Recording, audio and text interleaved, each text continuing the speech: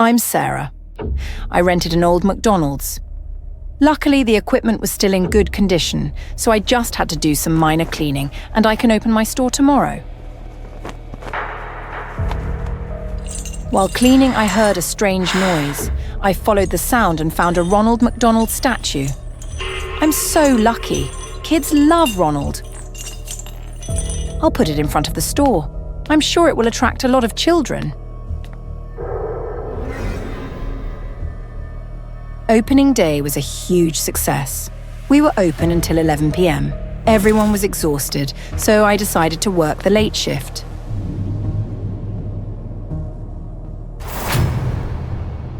This town is mostly farms, so I figured it would be pretty quiet.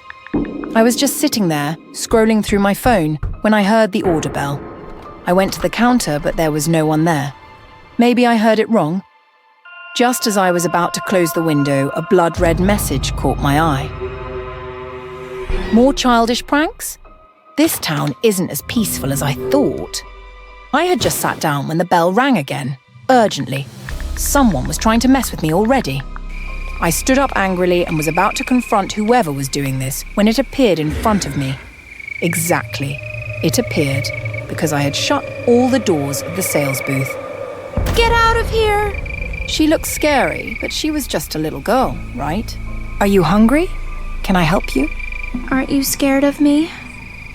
She seemed so miserable. She must have suffered a lot. I replied calmly, "You're not scary at all." Suddenly, the window shattered. Was it not her ringing the bell? I looked at the window and there was Ronald McDonald staring at me with an evil grin. What in the world is happening? Run! Sully's scream jolted me back to reality, and I instinctively followed her. We dashed into the storage room, and I couldn't resist asking her, "Hey, you seem to know a lot about that creepy clown statue."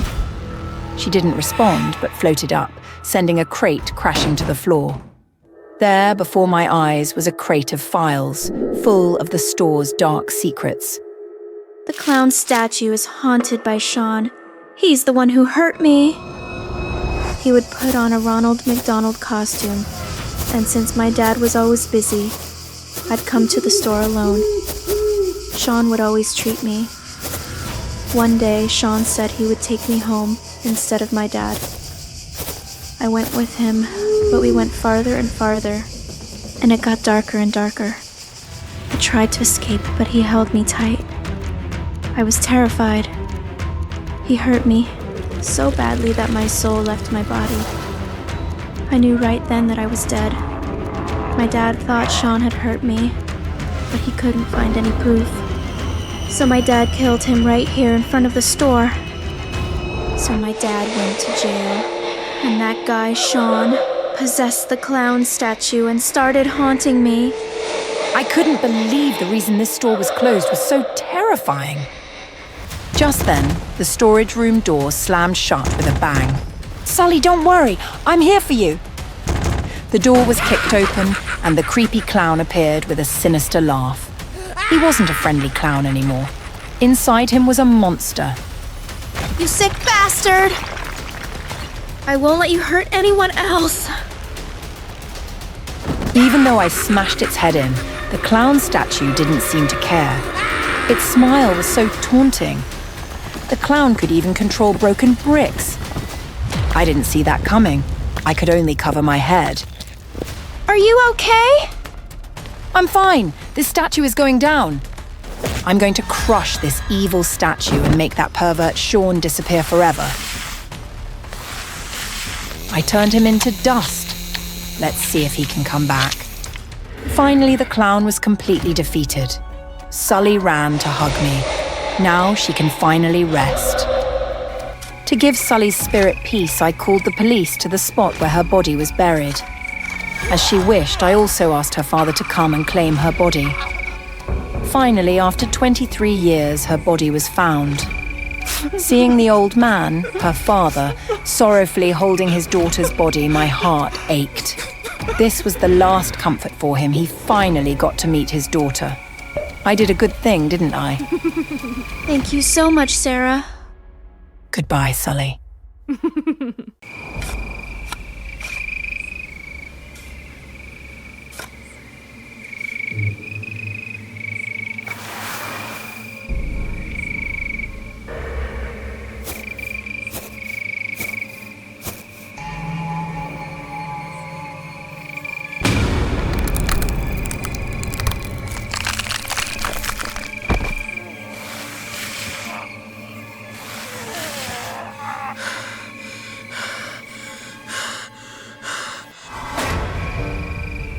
I woke up on a bench, cold and disoriented, the park lights casting eerie shadows around me. My body ached as if I had been there for days. My clothes were crumpled and dirty. But I couldn't remember how I ended up like this. It felt like I had just fallen out of life. No job, no place to live, no friends left. I wandered aimlessly for what felt like hours before I found it. A small, unassuming building nestled between two larger apartment complexes. A simple sign in the window caught my attention. Room available, cheap rent. With nowhere else to go, I knocked on the door. Clara answered, her face pale under the dim hallway light. Her eyes lingered on me for a second too long before she said, "You remind me of someone I used to know." She said, her voice smooth, almost melodic. "Anyway, come in. I've been looking for a new roommate." I should have been cautious, but desperation overruled any instincts I had. The apartment was clean, almost unnervingly so. Minimalist. Just a few paintings on the walls, some simple furniture. It felt sterile. Yet, after weeks of feeling like I was spiraling, it was a refuge. "Rent's cheap, Clara said, her eyes never leaving mine. but there are some rules." I didn't care. I nodded, signed the lease, and moved in the next day.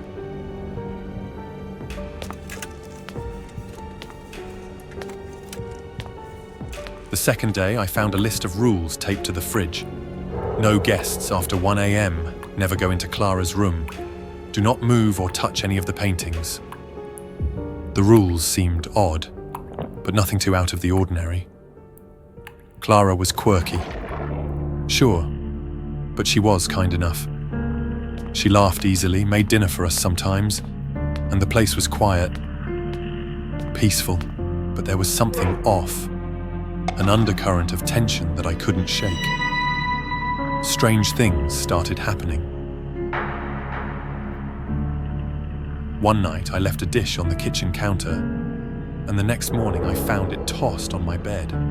"Must have been the wind." Clara joked, but a smile didn't reach her eyes. Then a friend came over for tea. Within hours, he was violently ill, writhing on the floor of his own apartment. Clara shrugged it off, claiming it was just bad luck. But something gnawed at me, a growing suspicion that this wasn't coincidence. I decided to fight back in my own way. I invited a few friends over for a small gathering, ignoring her rule about guests after 1 a.m. Clara didn't say a word, just sat in the corner watching. By the end of the night, all my friends were convinced I was the problem, subtly manipulated by Clara's charm. They left, never speaking to me again. I became more isolated. I bought 2 birds to fill the silence. Julia and Clarice. Clara didn't seem to like them. Her eyes darkened every time she passed their cage. And then one day, I found the cage open. Blood and feathers were splattered on the floor. The birds gone. I snapped.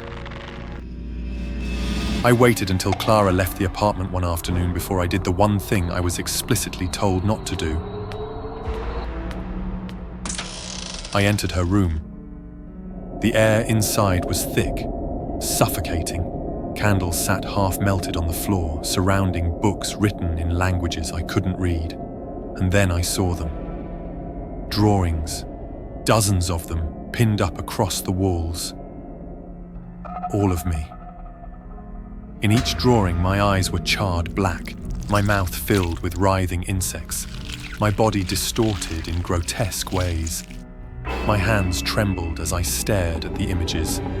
What kind of sick game was she playing? The door creaked behind me. I turned to see Clara standing there, a smile slowly creeping across her face. "I told you not to go in." She said softly, her tone gentle, but her eyes burning with something I couldn't place. We argued. I screamed at her, grabbed a lamp from the table and hurled it towards her head, but she didn't flinch. The lamp shattered against the wall. and I ran to the front door, desperate to escape. But it wouldn't open. No matter how hard I pulled, it wouldn't budge. It was like the apartment itself was keeping me trapped. Clara stepped closer. You still don't remember, do you? She whispered, her breath hot against my skin. You've been dead for months, Julius. I killed you, and every day you come back trying to escape this place. But you can't. You're stuck in this loop forever. Her words hit me like a freight train. Dead? No. I couldn't be. I backed away, my mind racing. Images began to flood my thoughts. The argument, the feeling of something piercing my chest, the cold darkness swallowing me whole. I was dead. Clara sighed, a look of weariness crossing her face. I don't know why you keep coming back, but you do, every time. Suddenly, pain exploded in the back of my head. The room spun as I collapsed to the floor, my vision dimming. In the final moments, I saw Clara standing over me, the broken lamp in her hand, blood dripping from it. My blood. She knelt down, her face inches from mine. You should have stayed out of my room.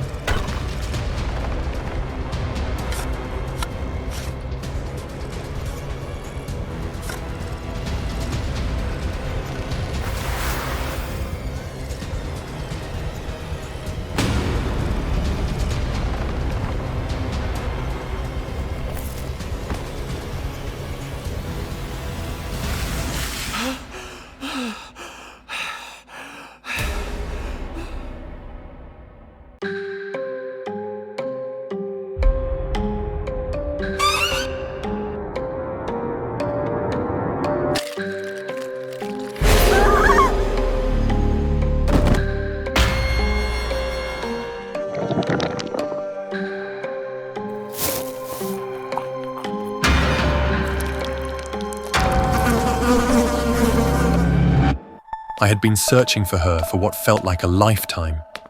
Snow White, the princess of the neighboring kingdom. Stories of her beauty spread like wildfire through the lands. But it wasn't until a diplomatic visit to her castle that I saw her for the first time. It was fleeting, just a moment in passing. But in that instant, my heart belonged to her. She was unlike anyone I had ever seen, a vision of purity and grace. I returned to her kingdom soon after, but the Snow White I had seen was no longer at the castle.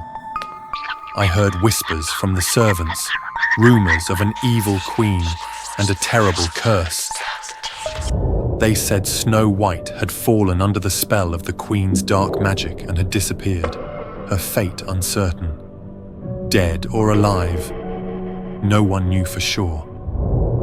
I had to find her. The thought of her suffering, or worse, gone forever, haunted my every waking moment. It was all I could think about. So I ventured into the deep forest, where I heard she was lying in a strange, enchanted sleep, guarded by the 7 dwarfs who once sheltered her. When I arrived at the clearing, my heart raced. There she was, inside a glass coffin, her body untouched by time or decay. Snow White lay as if merely sleeping, her beauty preserved, unblemished by death. Her skin was still as pale as snow, her lips red like blood, and her hair black as ebony. She was perfect. My heart swelled with purpose. The dwarfs told me that only the kiss of true love could break the curse. I didn't hesitate. I stepped forward, feeling the weight of destiny pressing down on me. I knelt beside her and lowered my lips to hers, pressing them against the cold softness of her mouth. But the kiss felt wrong. Her lips were as cold as ice, like kissing the surface of a frozen lake. Still, I refused to believe anything could be wrong. This was a fairy tale. I was her prince. My kiss would wake her, and we would live happily ever after. The dwarfs watched in silence, and I waited. But nothing happened. No flutter of eyelashes, no breath of life. She remained still. I couldn't accept it. I was meant to save her. So I took her from the glass coffin, carried her fragile body back to my kingdom, and declared her my bride. No one dared object, though many whispered behind closed doors that something was deeply wrong. They didn't understand. They couldn't feel what I felt. I loved her. She was my Snow White, and nothing would change that. At the palace, I dressed her in the finest gowns, sat her by my side at the grand dining table, and arranged her hair each morning. Her lips, which I painted a deep red, stood out against the paleness of her skin. I made sure she looked as beautiful as ever. But she never moved. She never spoke. Her glassy eyes stared at me, unblinking, unseeing. At night, I would hold her cold body close, whispering to her about the life we would build once the curse finally broke. But as the days passed, I began to feel something strange. A weakness in my body, a sickness creeping under my skin. At first, it was just fatigue, but soon sores began to appear, red, festering wounds. And I wasn't the only one. The servants grew sick too, their skin cracking and bleeding. The palace became a house of rot. Whispers spread through the kingdom. People began to say that Snow White was cursed, that her lifeless body was spreading the plague. They wanted her gone.